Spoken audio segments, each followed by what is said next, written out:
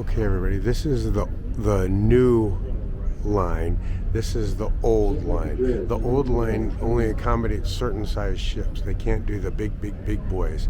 The new side over here supports the big ships. And so you can see how big these ships are, and these container ships and all that stuff. But yeah, but the left is the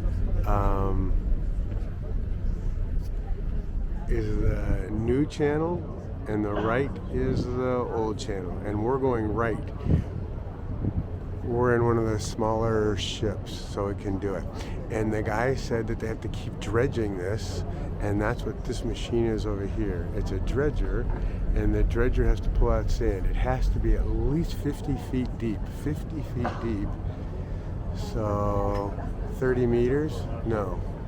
Whatever it is. 20 meters? Yeah, 20 meters deep. That's a dredger, so that these ships can get through here.